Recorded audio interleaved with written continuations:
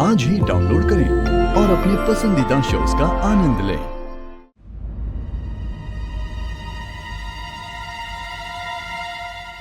क्या ढूंढ रही हैं आप? कुछ नहीं। दवाई ढूंढ रही हो? मेरा दवाई लिया आपने कि नहीं? क्योंकि वो मिस नहीं कर सकती हैं आप। मैं अपनी दवाई ले चुकी हूँ। पक्का? जी। अब जासूसी करना बंद करेंगे?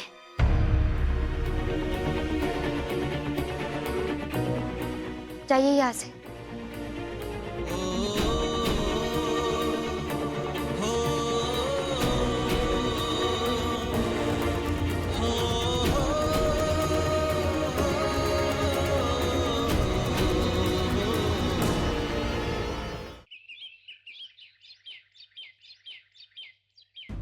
होश में तो हो तुम? क्या कह रही हो? तुम्हें पता है शिरीन, उस रिश्ते के बारे में हम सोच भी कैसे सकते हैं? क्यों नहीं सोच सकते? हसीना बी को अपनी गलती का एहसास है राशिद, और लड़के में कोई बुराई नहीं है। मैंने पता किया है, लड़का बहुत अच्छा है। लड़का इमरान भी अच्छा था शिरीन। प्रॉब्लम लड़के में नहीं है, लड़के की मां में है।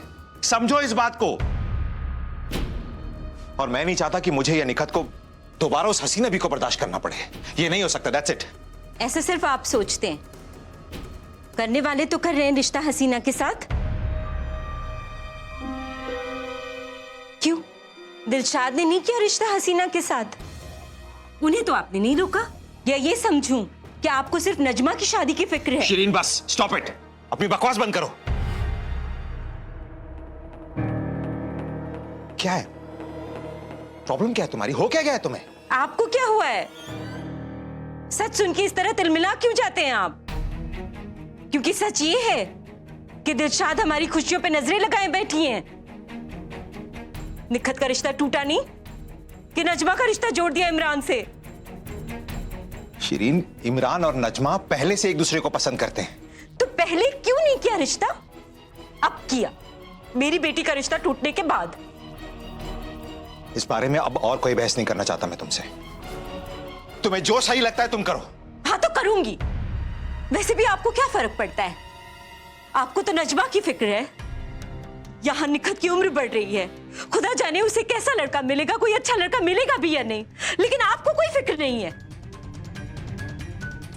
हद तो यह है कि एक अच्छा रिश्ता आया है, लेकिन आप मिलने से भी इनकार कर रहे हैं।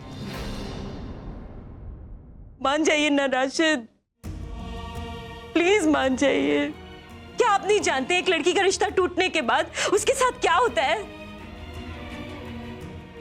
उसे या तो किसी बड़ी उम्र वाले के या किसी तलाकशुदा की बीवी बनना पड़ता है, या जिंदगी काटनी पड़ती है किसी की दूसरी बीवी बनकर। शिरीन, तुम बार बार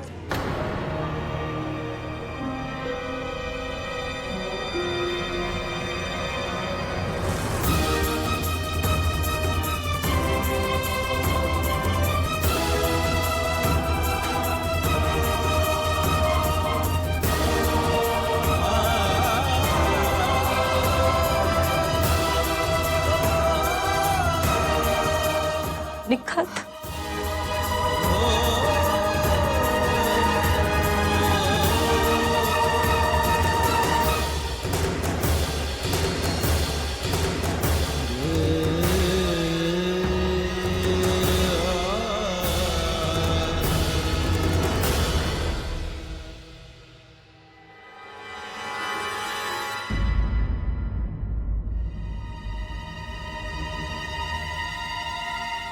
मैं सोशल नेटवर्किंग साइट में नहीं जाता हूं, मुझे नहीं पता ये कौन है। झूठ।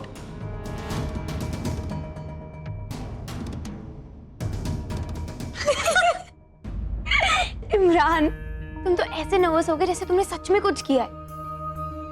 चिल।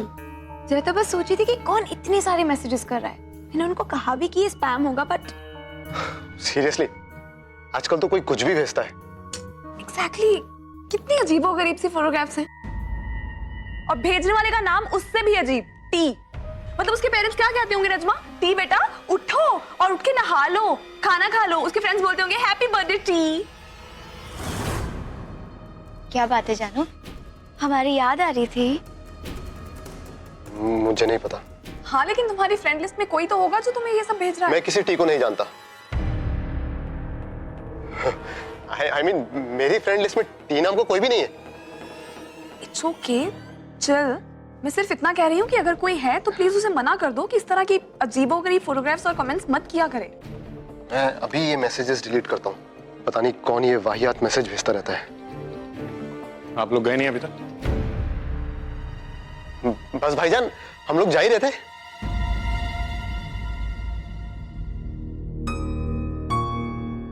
अंधेरा होने से पहले लौट आना। जी बिल्कुल। बाय, गो सेफ। क्या बात हो रही थी? कुछ नहीं, बस वैसे ही।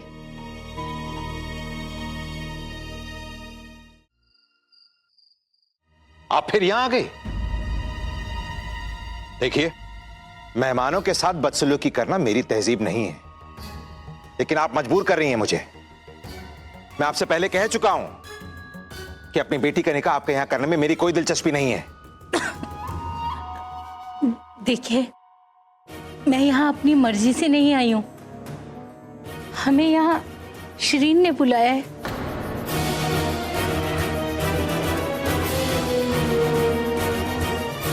अस्सलाम वालेकुम। वालेकुम सलाम। शिरीन, तुमने? राशिद, हमें इस रिश्ते के बारे में सोच लेना चाहिए। मैं फैसला ले चुका हूं शिरीन, और निखत के ऊपर किसी किस्म की जबरदस्ती नहीं होगी। खास तौर के इनके यहां निकाह करने के लिए तो कतई नहीं। एक बार आप निखत की तो राय ले लीजिए। उसकी राय क्या है मैं जानता हूं। वो यही कहेगी कि रिश्ता कबूल है।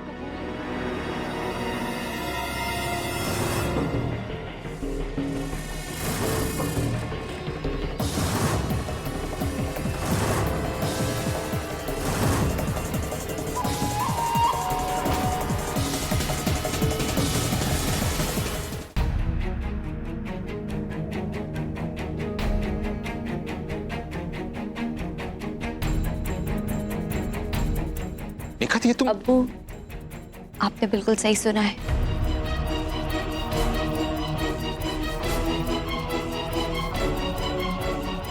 मैं हसीना बी के बड़े बेटे फरहान के साथ निकाह करने के लिए तैयार हूं।